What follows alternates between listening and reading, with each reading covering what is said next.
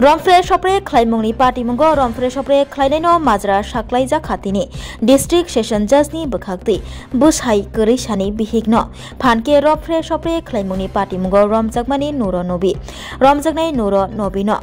457 दारानि बिसिंतै बेसिबानि बागै आलंगो चबना साख्लाइजाखा ते खक नै साइ रां जुरिमाना रना साख्लाइजाखा ते गोबांमा दारारावनि बिसिंतै ताइबो सालचिबानि बागै आलंगो चबजाखा ते 376 दारानि बिसिंतै थियासक जरा बागै आलंगो चबै खक बासाइ रां जुरिमाना रना साख्लाइखा आबकारिबो जुदा जुदा दारारावनि बिसिंतै तैबो तालनि बागै आलंगो चबजना साख्लाइखा सिपाइजुला डिस्ट्रिक्ट सेशन जजनि दरबानगनि दरबाफां शंकरी दास कक्तमा साइमानखा लाइथांजाक 2019 बिसिनि मे तालनि चिचुकु सालमारिव सुनामुरा थानानि बिसिं खबजनाय कलमछरा थाना आमचेय रमफ्रे सप्रे ख्लाइमुंगनि पार्टीमुंगनि मामला सकपाइमानि कलमछरा थानाव अ मामलानो याचगै नाहारका कलमछरा थानानि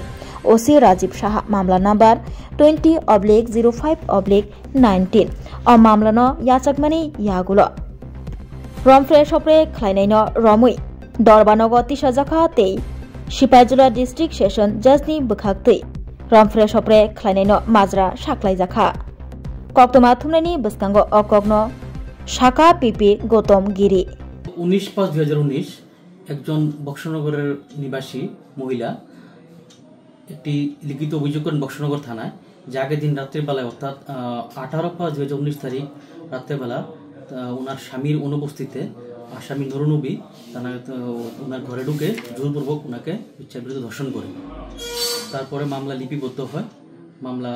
লিপিবদ্ধ তখন ওসি ছিলেন রাজীব সাহা মামলা দায়িত্ব দেওয়া হয় দুর্গা কুমার রাঙ্কল আয়ুকে আয়ু তদন্ত করে টোটাল 18 জন সাক্ষী বাকি লিস্ট সহকারে মাননীয় আদালতে আসামির বিরুদ্ধে চার্জশিট দাখিল করেন ভারতীয় দণ্ডবিধির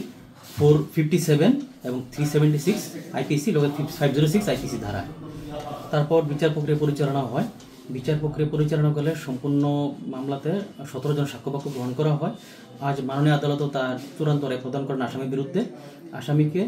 457 ধারায় 5 বছরের সশ্রম কারাদণ্ডের নির্দেশ দেন সাথে আরও 2000 টাকা জরিমানা নির্দেশ দেন অনাদায়ী 15 দিনের আপার জেল ভোগ করতে হবে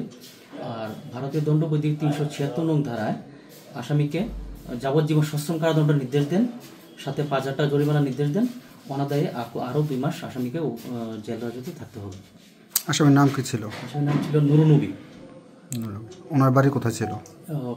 কলমচোরাতে। মাননীয় সেশন জাজ